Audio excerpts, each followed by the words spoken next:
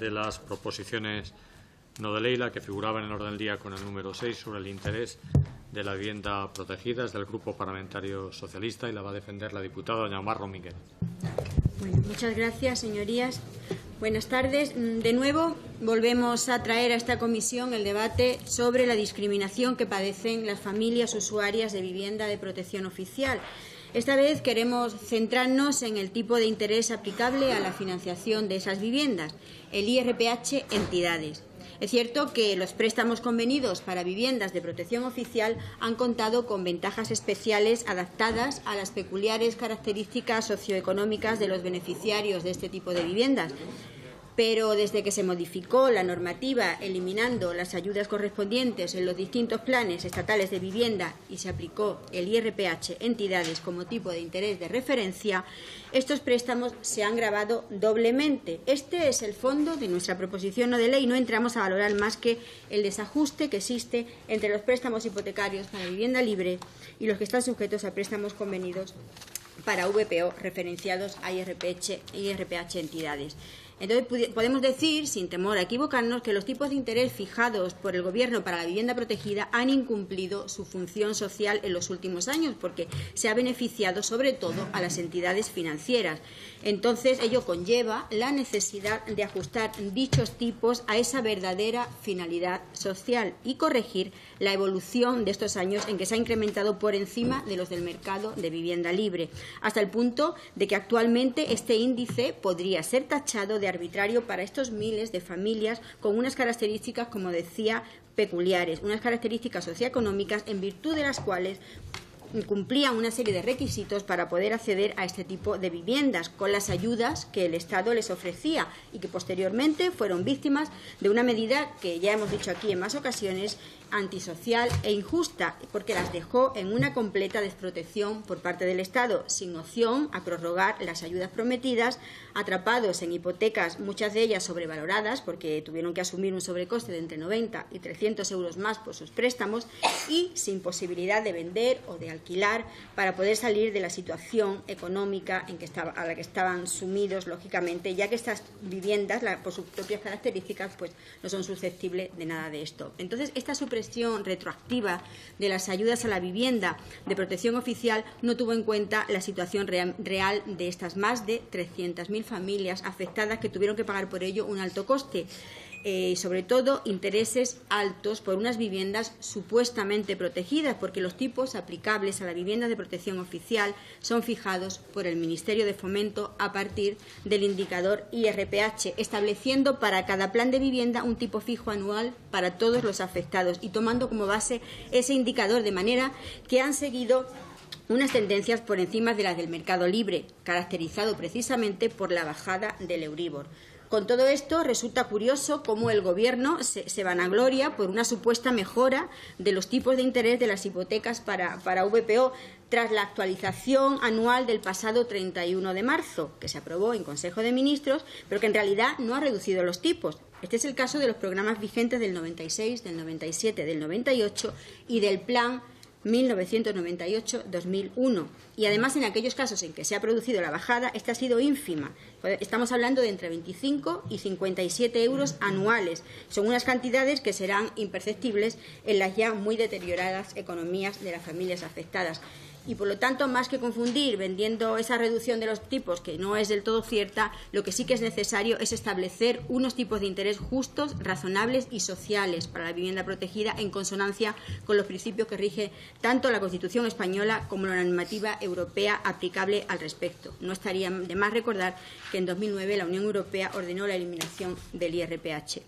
Por lo tanto, es prioritaria una profunda revisión de los procedimientos para establecer este tipo de interés a viviendas protegidas y así, como decía, poderse ajustar a su finalidad social y corregir la evolución que ha tomado en los últimos años. Pero esto no lo decimos nosotros solos, ¿eh? El Defensor del Pueblo ha recomendado la necesidad de promover las modificaciones normativas oportunas para suprimir el IRPH entidades como índice oficial de referencia, dice el Defensor del Pueblo, para la aplicación como tipo de interés de los préstamos convenidos y sustituirlos por el Euribor u otro índice oficial.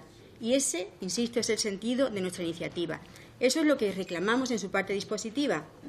se hace además necesario compensar la situación a la que se han visto sumidas estas familias, y por eso, señorías, porque consideramos que estamos ante una situación discriminatoria para con estas familias, es por lo que pedimos el voto favorable a nuestra iniciativa. Muchas gracias.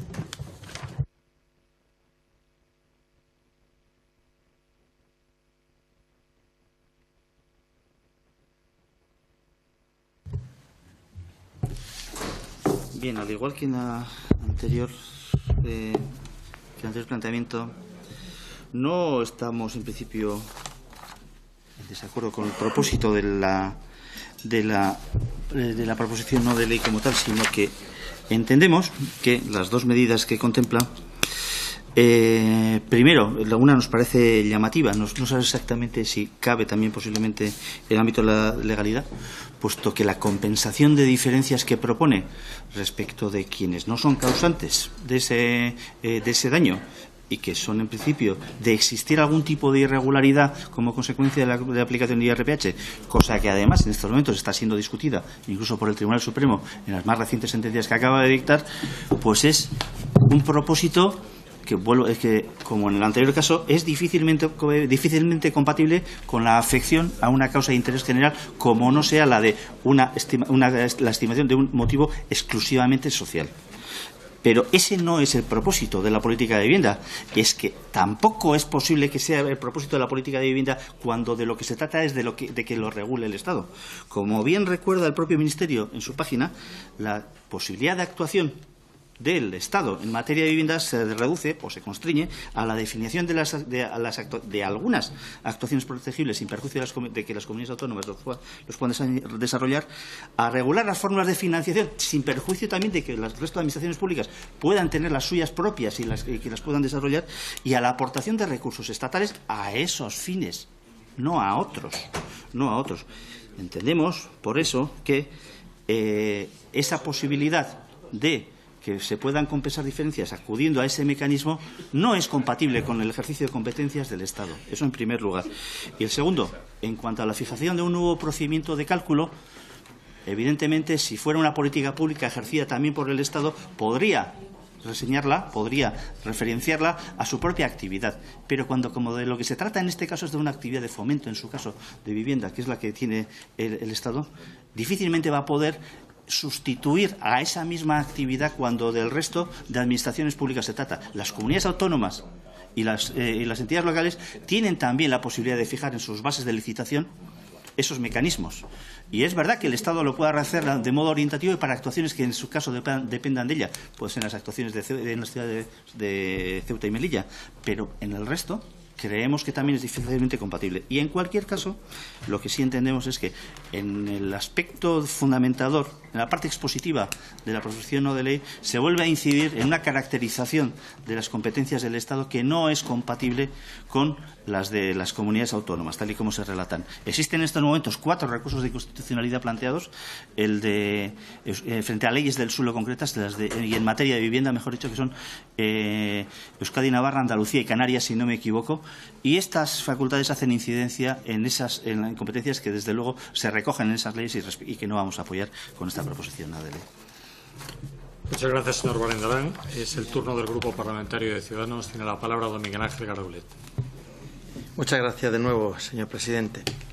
Bueno, esta PNL es una transposición literal del documento que la Coordinadora Nacional de la Plataforma de Afectados por la Asociación hizo llegar al Defensor del Pueblo en el 2006. Y bueno, y siendo cierto que los préstamos hipotecarios protegidos referidos al IRPH han fracasado en su misión de reducir los intereses y, por tanto, la carga que se produce en la adquisición de una vivienda con respecto a los intereses del mercado libre, no es menos cierto que el desplome, el problema se ha producido por el desplome del otro indicador, que es el Euribor. Es decir, en su momento, con muchos de los ciudadanos que llegaron a un acuerdo para comprar una vivienda protegida, utilizaban el IRPH porque era un tipo más o menos fijo que no tenía oscilaciones y que en ese momento estaba por debajo incluso del interés de mercado. Con lo cual, como iban a hacer una vivienda que era, desde el punto de vista, una vivienda protegida, con un acuerdo con el Gobierno de una serie de años,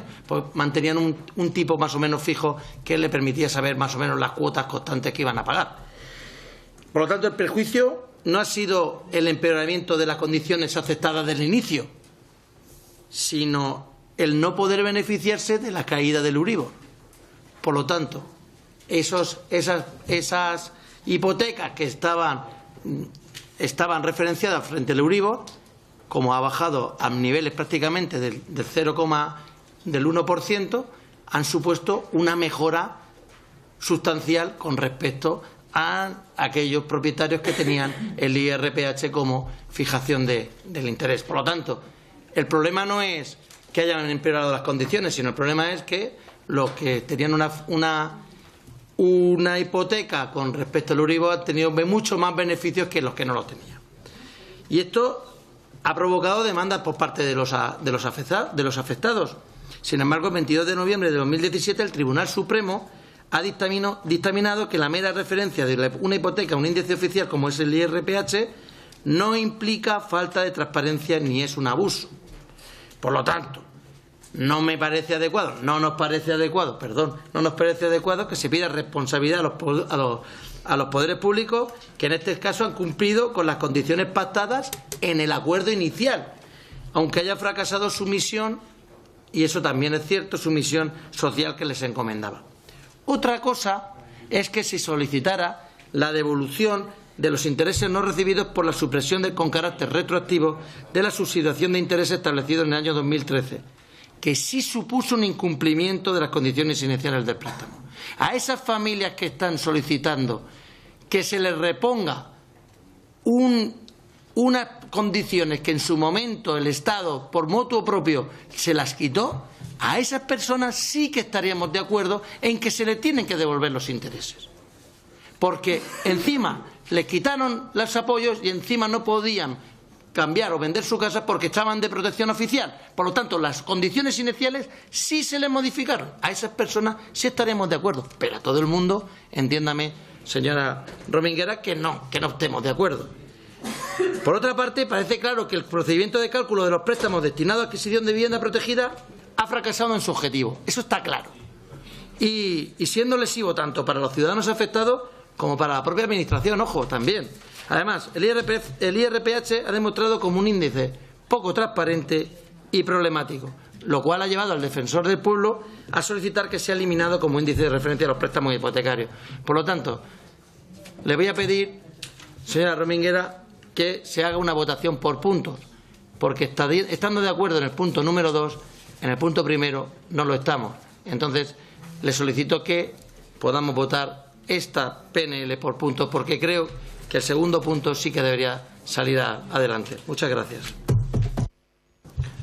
Muchas gracias, señor Garaulet. Por el Grupo Parlamentario Confederal de Unidos Podemos, En Comú Podem, En Marea, tiene la palabra doña Lucía Martín. Gracias. Bueno, si hay algo claro en el tema del IRPH es que su método de cálculo, ¿no?, del IRPH entidades, que es el que está vigente ahora, lo hace un índice pues muy susceptible de ser manipulado, ¿no? De entrada, para calcularlo cada mes, las entidades de crédito facilitan una a una su cifra promedio, ¿no?, de la media aritmética de simple de los tipos de interés medios ponderados, bla, bla, la definición del IRPH.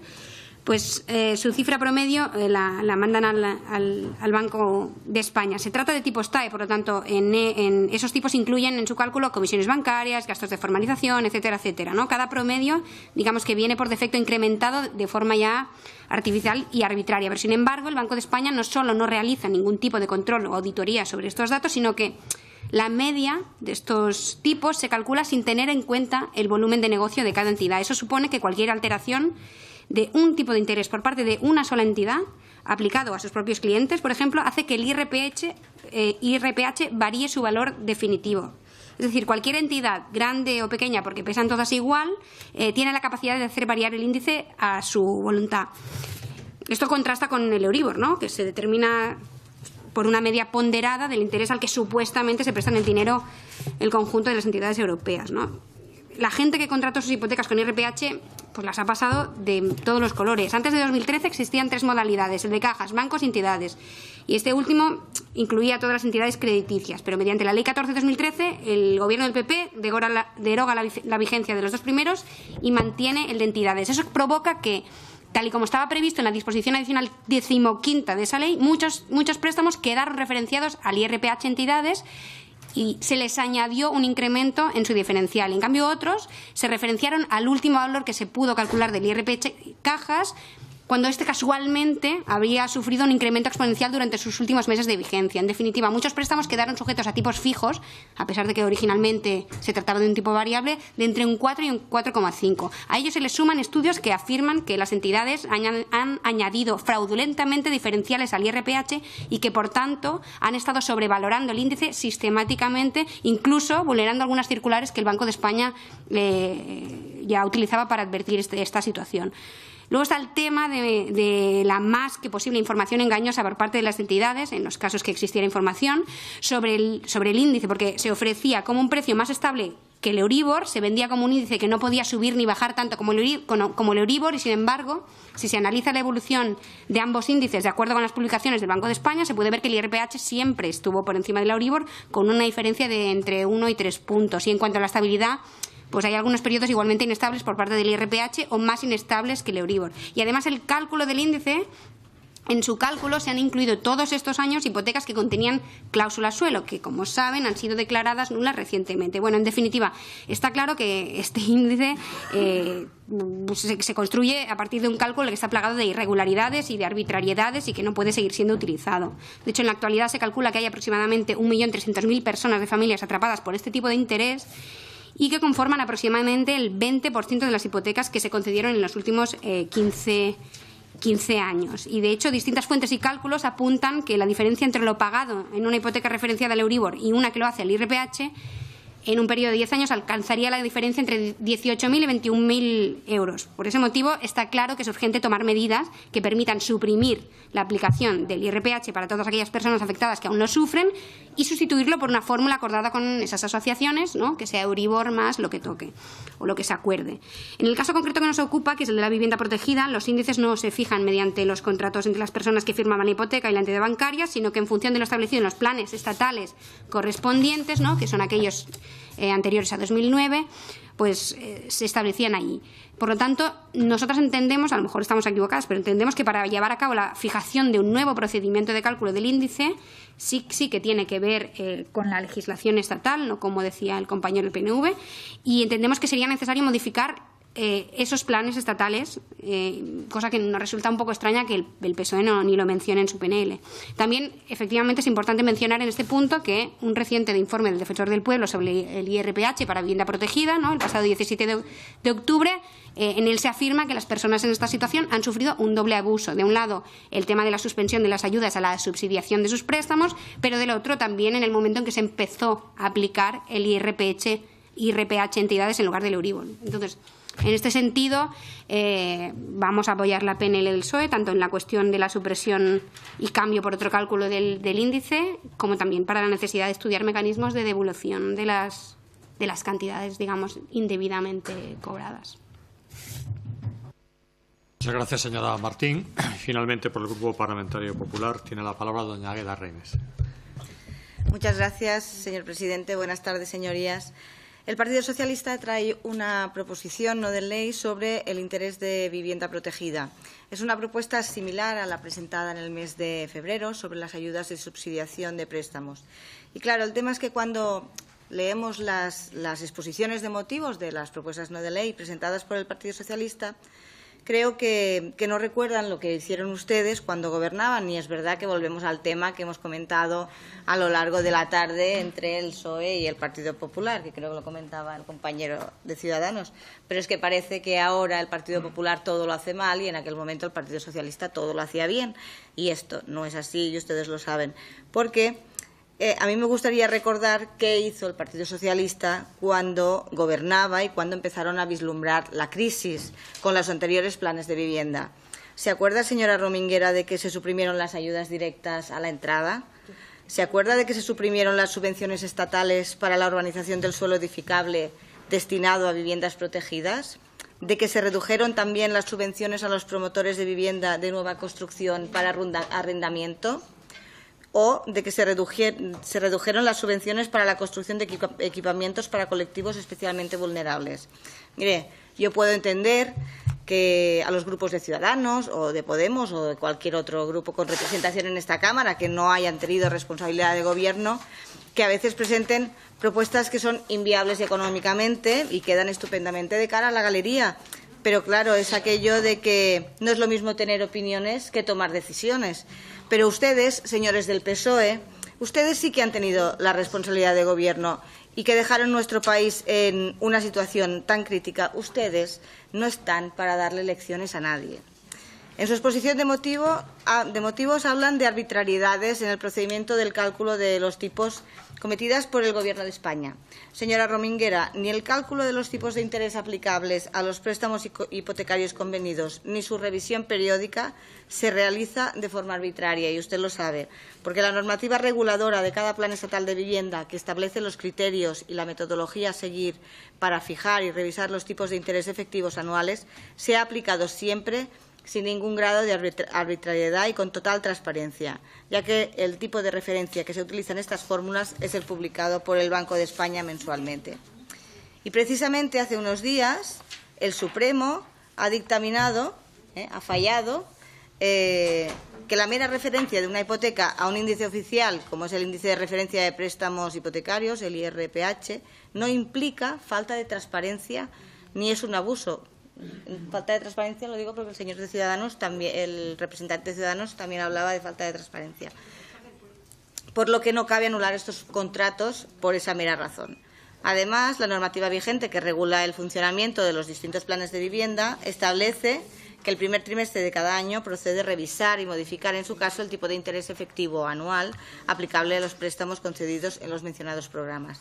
Este año, 267.605 familias se han beneficiado por el acuerdo del Consejo de Ministros, en el cual se revisaron y modificaron los tipos de interés anuales vigentes.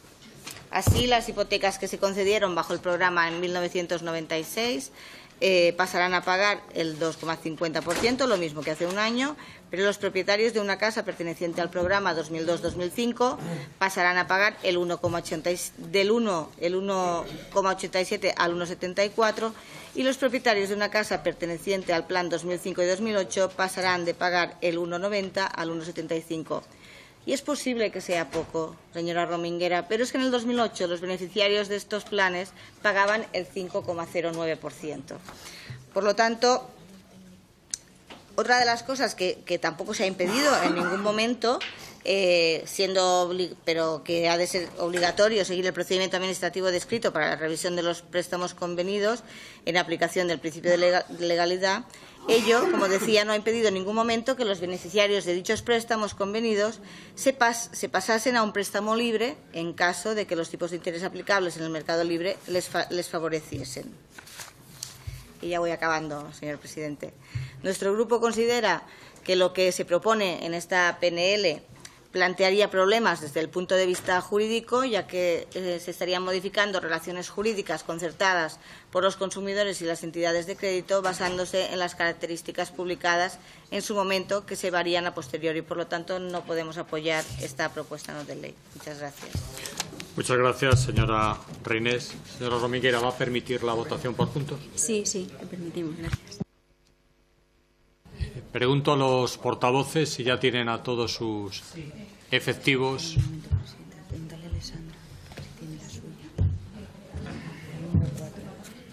Doña Alessandra, parece que está pendiente de entregar aquí algo.